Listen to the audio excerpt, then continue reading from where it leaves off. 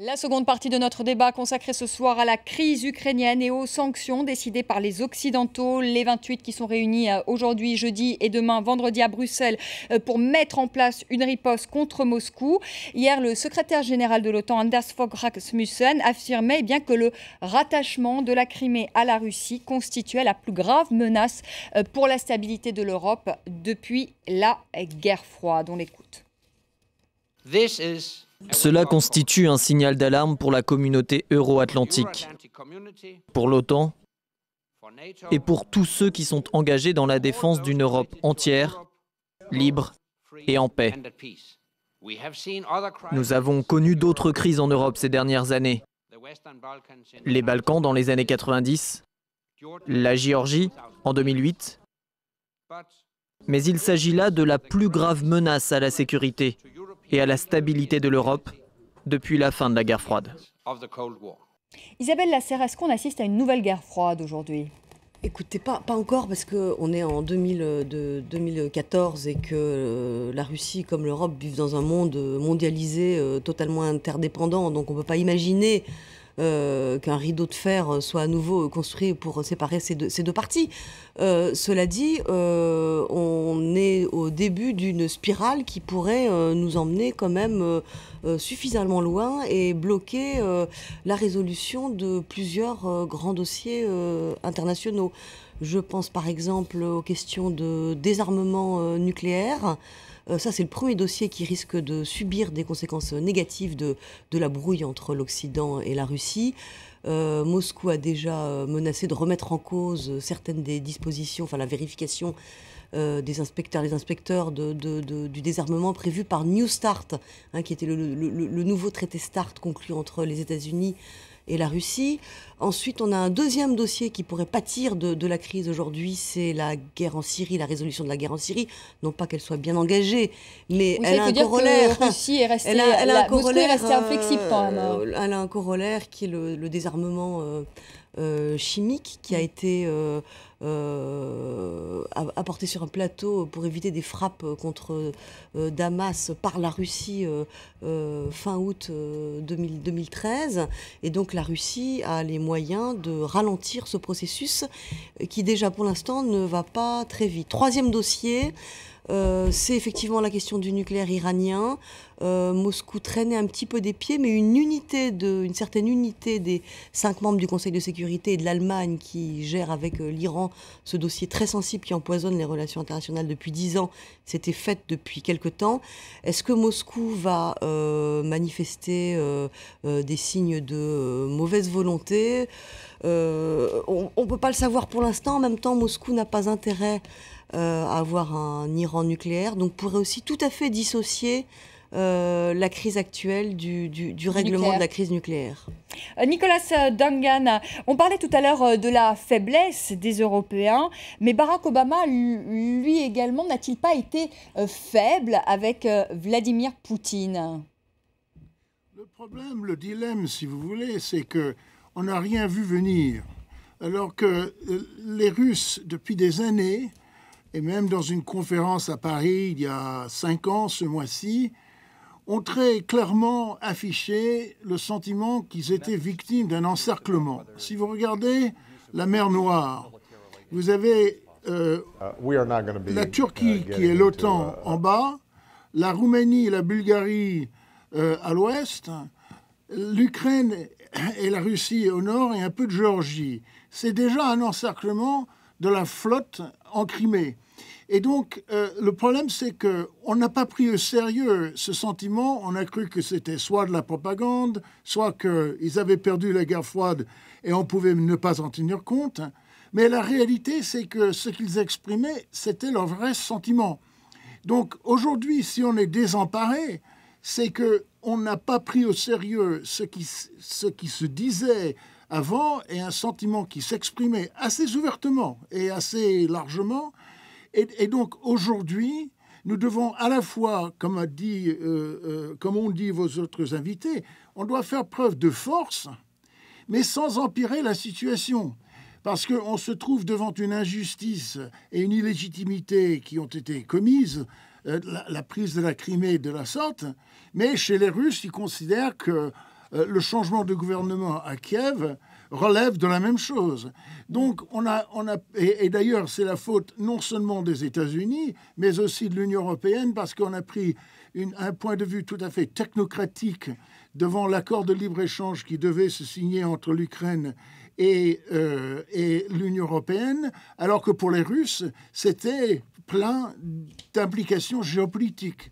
Donc, notre faiblesse aujourd'hui relève du fait qu'on a laissé se manifester et se concrétiser une situation qu'on aurait pu prévoir, on n'a pas prévu, et maintenant on est victime de notre aveuglement nous-mêmes, et on a beaucoup de mal à mettre en place une réponse à une situation qu'on aurait pu voir venir. Vous êtes d'accord avec ça, Pierre Laurin ? Entièrement d'accord. Je crois qu'il y a aujourd'hui, de la part des Européens, toujours une sorte d'aveuglement à ne pas voir les choses comme elles sont dans la réalité. Et en fait, tout a commencé au moment du refus de Kiev de signer l'accord d'association. Il était évident qu'un accord de libre-échange entre l'Ukraine et l'Union européenne allait poser des problèmes énormes à l'Ukraine parce que toute son activité industrielle, pratiquement, est tournée vers la Russie. Et ouvrir un espace commun, cela signifiait, bien entendu, pour nous, c'était très gratifiant parce que nous allions inonder de marchandises occidentales un pays de 46 millions d'habitants, c'était formidable. Mais par contre, les Ukrainiens, qu'est-ce qu'ils nous vendaient dans l'accord de libre-échange? C'est un libre-échange. Et qu'est-ce qu'ils nous échangeaient? Rien. Il n'y avait rien à nous échanger. C'était une catastrophe économique pour l'Ukraine. Ça, c'est le premier point. Les Ukrainiens, voyant cela, ont dit la solution, c'est une négociation entre nos partenaires. La Russie d'un côté, l'Union européenne de l'autre. On se met à trois autour d'une table et on discute.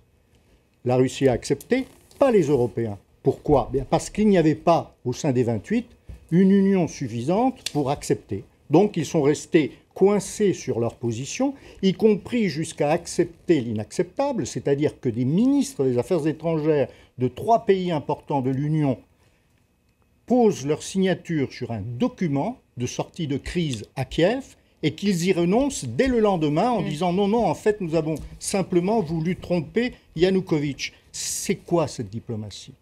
Ensuite, il y a un autre phénomène qui est très important également, c'est qu'on se méprend très souvent sur les intentions des Russes. Les Russes, en règle générale, et Vladimir Poutine en particulier, font ce qu'ils annoncent. Et une chose est effectivement de constater une augmentation du budget militaire de 600 milliards, oui, effectivement, 600 milliards jusqu'en 2020. Mais une autre, c'est de constater que la Russie a une frontière de 4000 km avec la Chine et qu'aujourd'hui, le budget de défense chinois est le double de celui de la Russie. Pas tout à fait vrai. Non, on est du même ordre de grandeur. 132 milliards 80 en Chine. 120, 80 à 120. Non, 132 cette année en Chine et à peu près 60, 70 en Russie. Général Desportes, moi la question que je me pose aussi, c'est est-ce que Poutine se permet ce qu'il s'est permis parce que les Américains sont aussi désengagés aujourd'hui du continent européen? Vous avez parfaitement raison. Je me permets de revenir une petite seconde sur ce qui vient d'être dit. Moi, je suis parfaitement d'accord avec ce que vous avez dit. C'est-à-dire que pour comprendre comment son adversaire va se comporter, il faut se mettre dans sa tête. Et il est évident, par exemple, que M. Poutine ne pouvait pas prendre une seconde le risque de voir Sébastopol devenir une base de l'OTAN. Donc à partir du moment où Kiev commençait à lui échapper, il était obligé de réagir en Crimée. Il était évident qu'il allait le faire. Alors je réponds à votre... Sur le désengagement américain, sur le continent américain, c'est-à-dire, évidemment, Monsieur Poutine est un grand stratège et c'est un très grand joueur d'échecs. Il regarde les pions qui sont en face de lui et dans les pions en face de lui, il y a le pion ou la pièce Obama. La pièce Obama, c'est un peu monsieur hésitateur quand même, mais il le sait, il l'a vu en Syrie. Il sait que monsieur Obama ne s'intéresse pas vraiment à l'Europe. Il connaît le pivot américain, il sait que monsieur Obama vient d'annoncer qu'il allait réduire d'un quart ses forces armées. Il sait donc que monsieur Obama est faible et il sait qu'il ne va pas réagir. C'est pour ça, il joue extrêmement bien. Et monsieur Poutine joue quand il sait qu'il va gagner. Regardez en Géorgie, il joue il gagne, il emporte. Et nous fléchissons. Regardez en Syrie, il joue, il gagne, et nous fléchissons. Regardez en Géorgie, il joue, il gagne, et nous fléchissons. Je crois qu'aujourd'hui, il faut dire nous devons arrêter ce jeu. Mutatis mutandis, cela nous rappelle quand même un tout petit peu ce qui s'est passé en 1938 à Munich. Je crois qu'il ne faut pas avoir peur de le dire et dire un jour, nous devons arrêter. Je me permets de réagir un peu sur ce qu'a dit Isabelle Lasserre tout à l'heure. Vous avez dit la mondialisation fait que la guerre c'est impossible. Moi je reviens au début du XXe siècle. Nous sommes dans la première mondialisation. Et à ce moment-là, chacun se dit, il est impossible que la France et l'Allemagne se fassent la guerre. Nos économies sont trop liées. Et la France commence à diminuer de manière très sérieuse ses budgets militaires. Assez rapidement, heureusement, avant 1910, on se rend compte que cela est faux et on réarme un tout petit peu. Mais attention à cette idée de la paix économique, c'est une fausse idée. Les liens économiques n'empêchent pas la guerre. Isabelle Lasserre, vous êtes d'accord avec le général Desportes qui dit finalement il faut quand même rester extrêmement vigilant. Non, mais en fait, le général, c'est pas parce qu'on a des liens économiques qu'il y a la mondialisation. Je suis d'accord avec lui. Et quand je disais la mondialisation, j'ai pas dit la mondialisation n'empêche pas la guerre. J'ai dit pour l'instant les liens économiques que les deux parties continuent d'avoir entre elles empêchent pour l'instant au jour J, aujourd'hui, qu'on parle de guerre froide de manière brutale comme ça. Sur le fond, je suis tout à fait d'accord avec le général. Et l'irruption de la Russie pourra peut-être bientôt s'appeler, ce qui s'est passé, les événements, une surprise stratégique. On dit depuis 2 ans, 3 ans dans le livre blanc que la menace ne sera plus du tout une menace qui vient d'un État, mais des petites... il va falloir des petites forces d'interposition pour aller bombarder tel ou tel groupe de rebelles. L'histoire russe aujourd'hui prouve que la menace peut venir d'endroits d'où on pensait qu'elle ne viendrait plus. Parce que moi, je pense que l'histoire n'est pas terminée. On a parlé de la Crimée, l'Est de l'Ukraine, on verra ce qui se passe dans les jours qui viennent. Mais il y a encore une proie qui va être très facile avec laquelle Poutine aura beaucoup de facilité de s'emparer, c'est la Transnistrie. En Moldavie. Parce que vous avez parlé du libre-écéchange, vous avez parlé de l'OTAN en Ukraine. Vous pouvez nous parler de la Transnistrie? Je vais parler de la Transnistrie, mais c'est lié à une troisième chose qui explique la réaction de Vladimir Poutine en Ukraine, c'est la liberté politique. En Ukraine aujourd'hui, comme en Géorgie en 2008, ce que redoute Vladimir Poutine, ce sont les valeurs européennes, la démocratie, la liberté politique, toutes choses dont il ne veut pas et qui peuvent à moyen terme faire vaciller son régime et faire trembler les murs du Kremlin. Et c'est pour éteindre cet incendie politique que Vladimir Poutine intervient en Crimée. Et cet incendie politique, il peut aussi se réveiller demain en Moldavie. Et alors, vous pouvez parler un mot, je vais vous donner la parole, Pierre-Laurent, de la Transnistrie. Pour nos téléspectateurs, cette région donc, de Moldavie, il y a des russophones au sein de la Moldavie et qui aimeraient bien se rattacher à Moscou. Et il y a une majorité de russophones? Ah bah oui, tout à fait, totalement. Pierre-Laurent, je voudrais que vous réagissiez à ce qu'a dit Isabelle Lasserre sur le fait qu'il y a aussi une dimension politique, que Vladimir Poutine a peur des valeurs occidentales, que Vladimir Poutine a peur de la démocratie et qu'il n'en veut pas aux portes de l'Europe, enfin aux portes de la Russie, pardonnez-moi. Je ne pense pas que ce soit foncièrement vrai, je ne dis pas non plus que c'est foncièrement faux. Mais je pense que les États baltes prouvent que la Russie peut s'accommoder très bien d'États démocratiques et qui ne lui sont pas forcément favorables. Maintenant, en ce qui concerne la Transnistrie, pour intervenir en Transnistrie, il faudrait traverser l'ensemble de l'Ukraine, non seulement l'Est, mais également l'Ouest. C'est un peu difficile dans la situation actuelle. Par ailleurs, et je trouve que ça c'est beaucoup plus intéressant, c'est que l'Ukraine est divisée. Mais elle n'est pas seulement divisée linguistiquement, géographiquement, industriellement, elle est également divisée dans ses lignes intérieures. Aujourd'hui, pourquoi il n'y a pas de réaction militaire ukrainienne à ce qui s'est passé en Crimée? On aurait pu avoir une réaction militaire, mais c'est parce qu'une partie de l'armée ukrainienne ne répond plus aux ordres. Tout simplement parce que l'armée ukrainienne aujourd'hui est dirigée par un parti politique, Svoboda, qui est un parti, qu'on le dise ou non, non seulement d'extrême droite, mais un parti néo-nazi. Lorsque ces gens défilent derrière la rune du loup, qui était l'emblème de la division SS Das Reich, qui a commis les horreurs d'Uradour-Serglan, on peut légitimement se poser des questions. Ce n'est pas fortuit. Ce ne sont pas des gentils démocrates.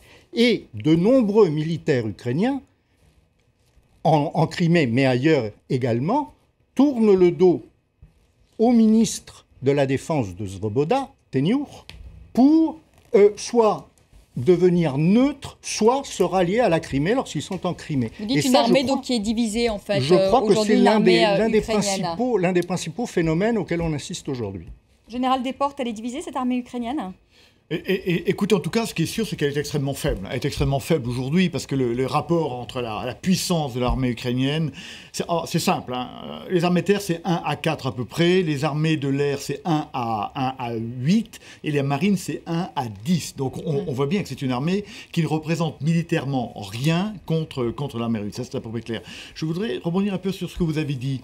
En parlant du livre blanc français, il a été construit sur des scénarios. Et dans ces 2 scénarios, il y avait celui-là. Non, 2 scénarios ont été écartés. Et dans les 2 scénarios écartés, il y avait celui justement d'une attaque conventionnelle, classique, massive. Pourquoi est-ce qu'il a été écarté ? Parce qu'il aurait imposé à la France de conserver des forces conventionnelles suffisantes. Et donc il a été écarté volontairement, de manière à ce qu'on puisse faire sur les armées les économies qui sont en train d'être faites. Et ça, je crois que c'est grave. Mais ça, vous savez très bien, c'est la réaction des autorités françaises. On a déjà fait des débats là-dessus, c'est qu'ils ne croient plus en fait à une guerre demain avec des forces conventionnelles. Donc voilà. Mais oui, d'accord, mais c'est grave. En tout cas, c'est leur argument. Hein. Mais non, l'argument là, on a qu'ils ont raison, on a rejeté ce scénario-là parce qu'on a dit de toute façon on ne peut pas se le payer, donc on considère qu'il n'existera pas. C'est-à-dire qu'on est dans le déni. Et vous pensez, et c'est ce que vous disiez tout à l'heure, que ça peut encore exister attendez, quand quelqu'un utilise la force, il faut répondre au même niveau. Pourquoi est-ce que M. Poutine utilise la force ? Parce qu'il contourne, il arrive à nous contourner par la force parce que nous ne l'avons plus. Il a la volonté et la force, nous n'avons ni la volonté ni la force, donc il arrive à nous contourner. Il faut parler avec les mêmes arguments. Nous n'avons plus ces arguments. Comment pourrions-nous arrêter aujourd'hui ? Ça n'arrivera pas, c'est pas le point. Comment pourrions-nous arrêter aujourd'hui une division russe qui rentrerait en Ukraine ? Nous ne pouvons pas le faire parce qu'on n'avait évidemment pas tiré nucléaire et on n'a aucune force à projeter pour les arrêter. Donc, eh bien, M. Poutine, s'il voulait le faire, alors les conséquences seraient épouvantables. Ça ne va pas se passer comme ça. Mais simplement, il le ferait parce que nous n'avons plus de force à lui opposer. Donc, il est temps de redevenir réaliste et de comprendre que la violence existe, que la force existe et qu'on doit en avoir quand d'autres utilisent cet argument. Nicolas Dungan en direct de New York. Un mot encore sur Barack Obama. On en est maintenant au 2e mandat. Il est décevant, vous diriez, ce président américain sur la scène internationale. On a parlé de son rapport avec la Russie. Est-ce qu'on peut le comparer à Jimmy Carter ? Pas nécessairement, parce que Jimmy Carter avait quand même fait une carrière militaire et connaissait la chose militaire. Le problème avec Obama, c'est que sa politique, comme celle de beaucoup d'autres gens à Washington, est assez prise dans le microcosme washingtonien et c'est une politique très égocentrique. J'envoie les drones, je retire les États-Unis des guerres étrangères, je fais ci, je fais ça. Sans, comme le disait le général, s'en référer à l'autre, à la mentalité, à l'histoire, à la culture, à la géographie de l'autre. Et donc, c'est pour cela qu'on a été surpris. Jimmy Carter avait d'ailleurs une plus grande conscience. Il avait beaucoup de mal à se décider, mais il avait une plus grande conscience des réalités géopolitiques.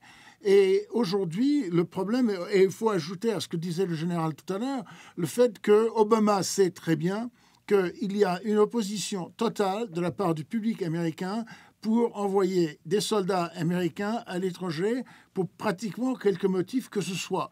Donc la faiblesse est à la fois européenne, économique, diplomatique, politique, militaire, et elle est également américaine. Et si on est Vladimir Poutine et on s'inscrit dans une mentalité de patriote russe, qui manifestement est le cas, nous on peut le considérer comme voyou, mais lui ne partage surtout sans doute pas ce même avis. À ce moment-là, pour lui, il s'agissait d'une opportunité, mais personnellement, je pense qu'il va s'arrêter là. Parce que c'est un bon stratège, c'est un bon joueur d'échecs, mais il sait très bien qu'il a en fait réalisé ce qu'il voulait réaliser. Il n'a pas besoin d'aller plus loin. Et maintenant, d'ailleurs, souvenons-nous d'une chose, il était la plupart du temps à Sotchi. Et Sotchi, c'est sur la même rive de la mer Noire que la Crimée, à peine 500 km. Et il a passé tout le temps des Olympiques et des Paralympiques à Sotchi, alors que tout ça se passait en Crimée, pratiquement à côté. Il a réussi son coup. À mon avis, il va s'arrêter là. Il va s'arrêter là. Un dernier mot, Isabelle Lasserre. Non, moi je ne crois pas, non. Je pense que Vladimir Poutine ne s'arrêtera pour bloquer définitivement l'avancée de l'OTAN et de l'Union européenne que lorsqu'il aura la certitude d'avoir réussi et que tant qu'il n'aura pas cette certitude et qu'on n'aura pas bloqué avec des sanctions plus fortes, il ne s'arrêtera pas là et qu'il surfe effectivement sur la faiblesse d'Obama, mais pas que sur sa faiblesse, sur le fait que la parole d'Obama n'est plus crue dans cette partie du monde, comme d'ailleurs dans une autre partie du monde. La Syrie, la volte-face américaine sur la Syrie a été absolument catastrophique et la parole américaine n'est plus crue dans le monde. Merci beaucoup. Merci à tous les quatre d'avoir participé à ce débat. Merci beaucoup Nicolas Dungan d'avoir été avec nous en direct de New York. Vous restez avec moi et c'est l'heure de la chronique de Karim Yayaoui. Karim, bonsoir. Un œil sur les médias. Et on commence ce soir évidemment une fois encore avec cette crise ukrainienne qui fait la une des médias internationaux. De The Economist notamment qui parle du nouvel ordre mondial avec Vladimir Poutine torse nu conquérant sur un char. Alors inquiétude dans cet hebdomadaire qui explique que c'est vrai que le monde post-soviétique n'était pas parfait, mais ce que Vladimir Poutine nous promet est bien pire.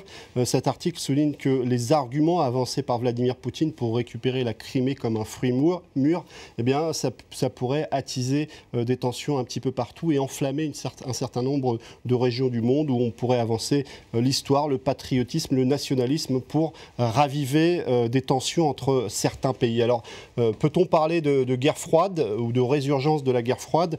Daniel Vernet en parle sur le site Slate. Alors, si on ne peut pas parler d'une guerre froide telle qu'elle a pu exister pendant de nombreuses années, eh bien on retrouve le vocabulaire qui était utilisé à l'époque, apaisement, endiguement, refoulement ou encore finlandisation, un terme qui a été évoqué par certains diplomates pour faire de l'Ukraine une zone totalement qui ne serait dans aucun espace géopolitique en quelque sorte. Alors le site d'Atlantico souligne aussi la dimension financière et économique de cette guerre avec une vision assez pessimiste quand l'Ukraine illustre amèrement le déclin de la puissance financière de l'Occident. C'est une analyse de Nicolas Mazzucchi qui explique qu'on s'est un peu précipité rapidement pour promettre 11 milliards à l'Ukraine, alors que c'est un pays qui est exsangue, ou qui vivait notamment grâce à la Russie, où la partie ouest ne représente que un tiers du PIB. Donc ça va être très difficile de remettre ce pays à flot. Est-ce que l'Occident a encore la puissance économique pour sortir l'Ukraine de ce guêpier? Rien n'est moins sûr. Et puis les inquiétudes du Guardian, notamment avec cet article de Timothy Garton Ash qui dit voilà, la Crimée est tombée, mais quelle sera la suite? Est-ce que Vladimir Poutine va continuer d'avancer en Ukraine? Des inquiétudes qui sont largement relayées par la presse occidentale. Aveu d'impuissance aussi. Je vous montre ce tweet d'Alain Juppé. Nos invités viennent de parler de la Syrie. Eh bien, il fait le parallèle. Alors, les deux histoires n'ont strictement rien à voir, mais ce qui se passe en Syrie est épouvantable et nous sommes désarmés, dit-il, comme en Ukraine. De la même façon, en Crimée, il met en parallèle deux situations où la communauté internationale n'a pas su avancer.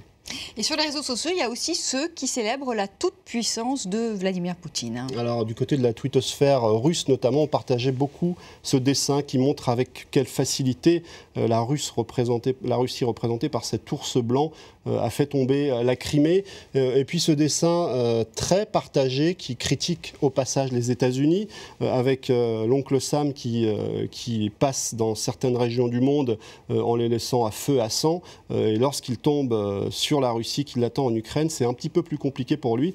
Un dessin très partagé donc par les twittos plutôt favorables à Vladimir Poutine. Alors du côté de RIA Novosti, on explique que finalement ces sanctions, on en a cure et qu'on a même fait sa propre liste de sanctions contre un certain nombre de diplomates et de politiques américains.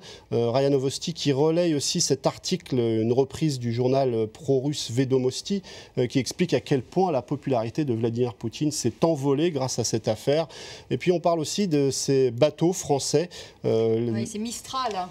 Eh bien, ce journal russe, Izvestia, proche aussi du Kremlin, explique que de toute façon, la Russie pourrait construire ses propres Mistral et que cette sanction, si elle venait, n'inquiète pas tellement le Kremlin. Et pour finir, ce dessin de Pessin qui montre à quel point il y a peu de chances qu'on revienne sur cette vente avec ces Russes qui viennent voir ceux qui ont préparé les bateaux. Alors, l'adresse de livraison a changé, c'est Sébastopol en Russie. Pas de problème, leur rétorque-t-on. Merci beaucoup, merci Karim pour votre chronique. Merci encore à tous les trois d'avoir participé à ce débat et à Nicolas Dungan qui était avec nous en direct de New York. Merci à vous de nous avoir suivis. Très belle soirée, je vous retrouve demain à partir de 18h. Merci Karim, très belle soirée à vous et à demain.